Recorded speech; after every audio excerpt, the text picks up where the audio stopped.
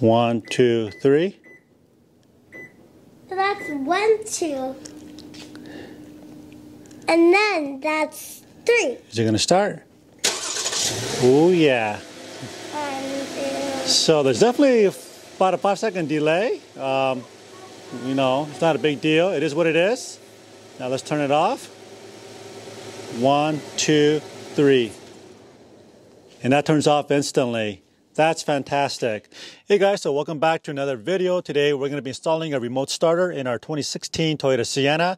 This remote starter is brought to you by Star X. And this is a universal starter for all the Sienna and the 4Runners that have a push button start. So in other words, if you have a key start Sienna or a 4Runner, this will not work. But as long as you have a push button for all different generations, it doesn't matter. As long as you have a push button, this is the part that you'll need, and I'll leave that description down below. This is available on Amazon for about $140 some. I'm not exactly sure, but give or take a few bucks. And it comes with a free 2-day shipping. So one thing you'll notice here is in the packaging, you are going to get a couple things that are kind of cool. One is this plastic trim tool. Most of the time they give you this really cheap, flimsy plastic tool one, but this is actually pretty nice and durable. Number 2 is that this module, if you guys see my last video, this module looks identical. I mean, identical to the one that I put in my Jeep Wrangler. If you look at the back of it and the front, yeah, it looks identical, right? But it has a name, Start X on it. So I'm sure whoever the manufacturer is, they make it for a lot of other companies. That's just the way it goes. And they provide you guys with some instructions. There's a QR code down below. You can just take a snapshot with a camera and it'll link you to the website with a video. The video is only about 3 minutes long and it's helpful, but it's not that great because they leave out a lot of steps like how to program, and also in instructions, it's pretty detailed, but it's not very accurate because one of the examples I was reading about how to program this, the wire colors that they mentioned in this wire harness, the color itself and instructions don't match the actual wire harness itself. So we'll go through that and make sure you guys get the and convey all that here later on in our installation process. When you get to these, when you're looking at these type of installations, these are all plug and play. There's no modification needed. On this one, there are actually two what I call pigtails. So basically, there's going to be two sets of wire harness that we're going to be disconnecting from under the steering column, and one on the PCM, and then replacing it with this. Then it'll connect to the module, and then that's all there's to it.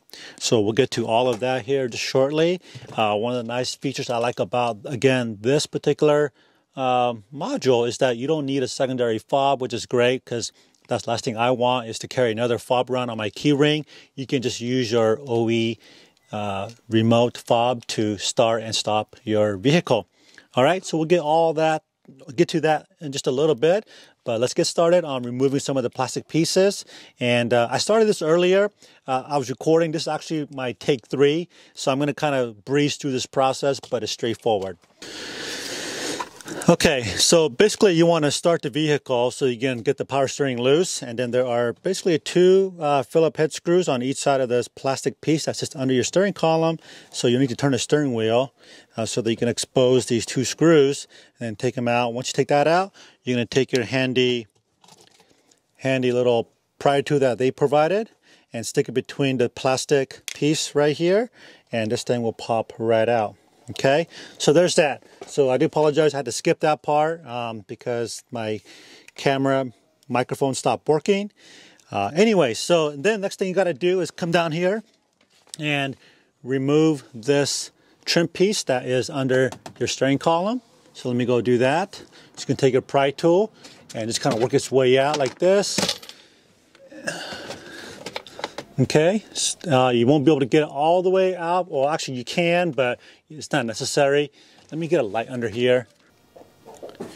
There's this wire right here that controls your power door button right here. We're going to disconnect that so you can get your hand back in there. Let me focus here. So this wire loom right here is in the way, so just got to disconnect this. And then that's where in the back there you kind of see the whiteboard whiteboard, that is your PCM board, and that's where one of the harness is located. So let me go ahead and disconnect this cable and I can show you a little bit better what I'm talking about. Uh-oh. Okay, so that's disconnected just like that. Oh, the button came out, which is not a big deal. Okay, so now I got the wire disconnected that leads to the power door. I just jammed my plastic pry tool right here so I can keep it open, and I got a little bit of light here, so I hope you guys can see this okay. So there are basically two wire looms back here that are sort of identical. Here, let me focus here. Okay, let me focus a little better. There we go. Okay. So there's this loom right here that looks like the one that you may want to pull out, but that's not the case. The one that you want to pull out is right there. It's that white one, just behind this cable. So I'm going to pull this out here off camera. Actually, I can probably do it right here. Oops. Oh. Let me see here.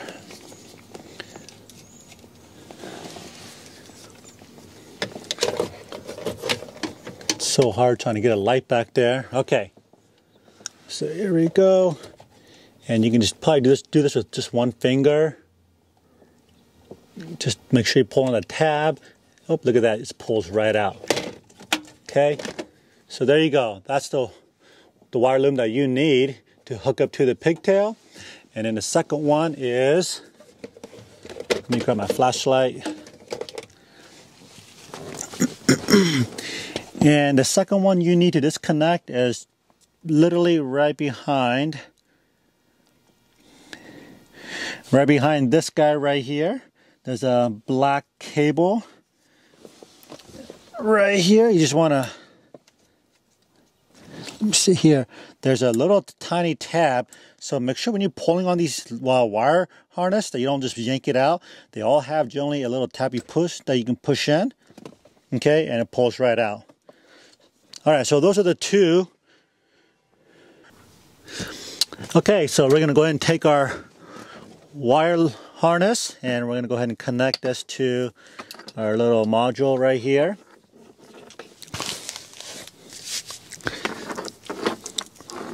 Let's see, it is gonna be the black one. So we're gonna connect the one that we just unplugged to our wire harness. Okay, and then we're going to take the other one, the pigtail, and reconnect it back to behind this guy, where we just unplugged it from. Daddy? There you go, just like that. And then we're going to come over here to the PCM, bring the camera around. Hope you guys can see that okay. There are basically 3 wire looms that looks very close and identical. They all plug in vertically. Let's see, is that vertical? Yeah, vertically. There's 3 of them, and one that you want is right in the middle of this PCM board. And one nice thing about this is that the harness only fits to one of them. I tried connecting it to each one of those and they don't quite fit, only the middle one fits, so that's the one that you want. So you can't make a mistake. So I'm going to reach back here, I'm going to go ahead and plug this one in, back into that PCM board.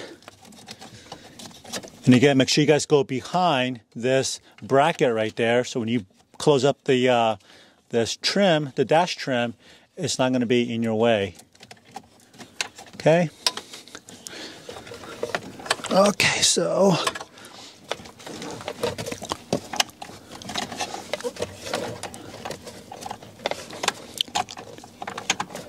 I'm trying to do this in such a way that you guys can see, hopefully, what I'm doing on camera. There's not a whole lot of space in here.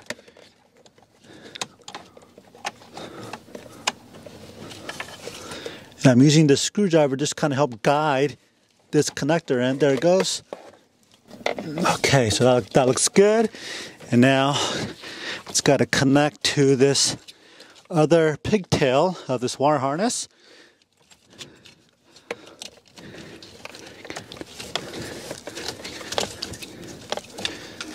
This is where if you have really tiny hands, it's going to be really helpful. There we go. Whew. Okay, that looks good. Okay, now the only thing left to do is connect our module and program this. So if you guys recall this harness in my previous video, you were just going to take the black connector. So these are all color coded, white, red, and black, and they're color coded on the module itself. So then all you got to do is hold down this program button, okay, until you get this black connector in. So push down the program button and then connect this.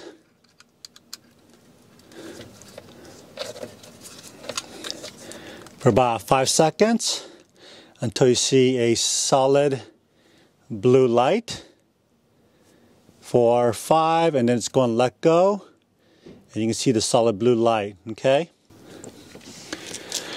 Okay, so once you get a solid blue light, what you want to do is go ahead and connect the rest of the harness. Now if you do not get a solid blue light, you want to unplug this and then repeat step 1. Basically pushing that program button and then pushing this black cable, wait a few seconds, let go, and make sure this blue light is solid. If it's not solid, you can't proceed forward.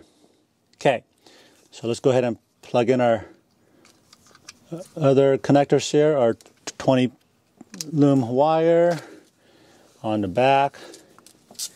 I'm going to go ahead and connect the white to white. Okay, and then red to red. And all right, there you go. That's all there's to it. Everything, all the wire here is accounted for, which is fantastic. Okay. So going back to our instructions here, it says do not press the brake pedal. Press the push start button twice to turn on the ignition. So 1, 2. Wait for the blue LED to flash rapidly. So as you guys can see, it's flashing rapidly. And then number 5, press the push start button once to turn off the ignition. The blue LED will turn off. Okay, so push it one more time. Okay, and this light went off. And that's exactly what you wanted. So I'm assuming at this point, everything it's ready to go. So let me go ahead and push my lock button 3 times. 1, 2, 3.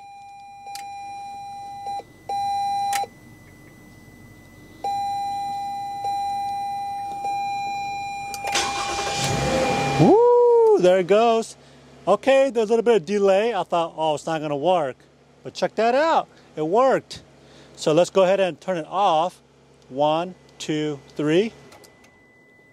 How sweet is that? Let's do it again. 1, 2, 3.